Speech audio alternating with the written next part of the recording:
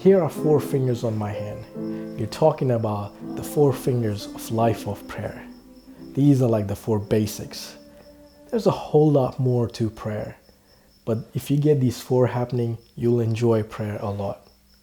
So the first finger we talked about was return to God. Return away from all other things and return to God. Here's the second finger. Seek His face. When you have turned to God, seek His face. We read in the Bible, Psalms 27 verse 8, it says, "Come," my heart says, "seek His face." Your face, Lord, do I seek. Psalms 27 verses 8. Now there's some afternoons when I go to pick up my daughters from school. There's also other parents who are there to pick up their kids. And as soon as the bell rings, all the kids start coming out of their classes. And as they're coming out, what am I doing? I'm looking for my daughters' faces. I'm waiting for them. And as they're coming out, what are they doing? They're looking for my face. And when we see each other, we smile, we connect, and then we walk together. Isn't that amazing that God is waiting for you? That in fact, He's looking for you. And He invites us to look for Him. He invites us to seek His face. Now, when you read in the Bible, seek His face, it means seek His presence. Become aware that God is present with you. Meet with Him. Some Bible translations will translate it not as seek His face, but seek His presence. And there are places in the Bible where the Bible just says seek His presence.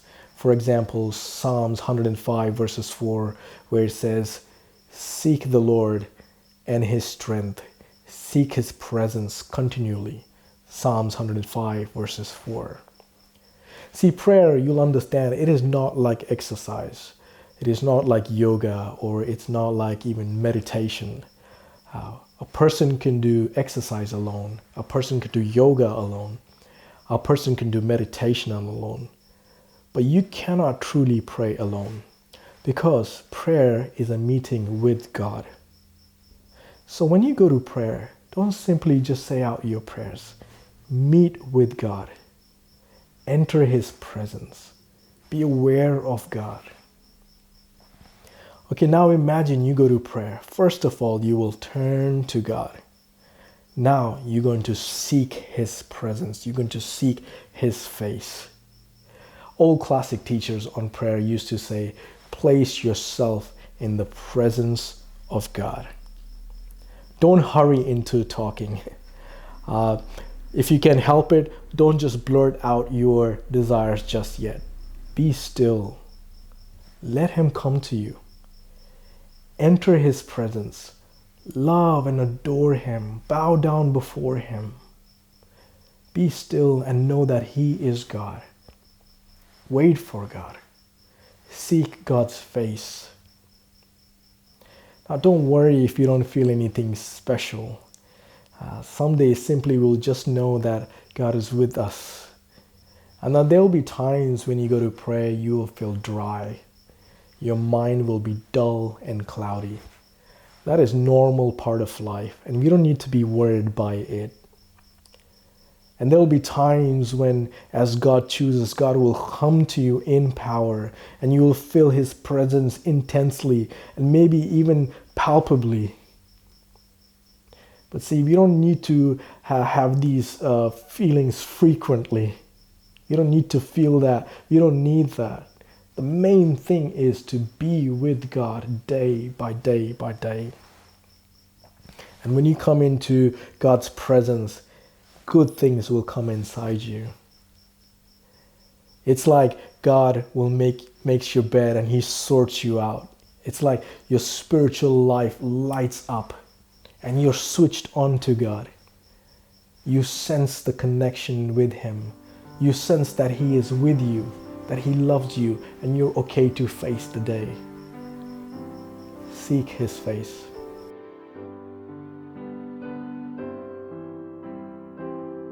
So this is a little Bible story about a blind man called Bartimaeus, and about the miracle he experienced the day that he met Jesus in Jericho.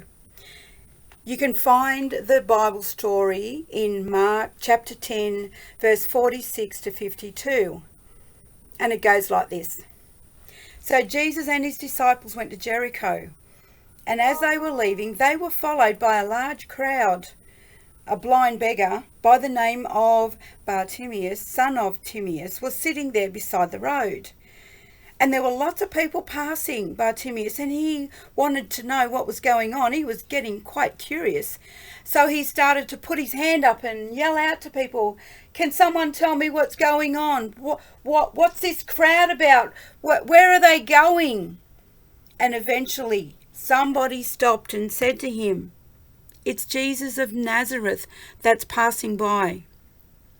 When Bartimaeus heard this, he quickly stood up and he yelled out and said, "Jesus, Son of David, have pity on me." And there were people in the crowd who said, "Stop it, stop yelling out, shush, be quiet." But that just made him want to yell out even more, and he kept going and he said, "Jesus, Son of David, take pity on me."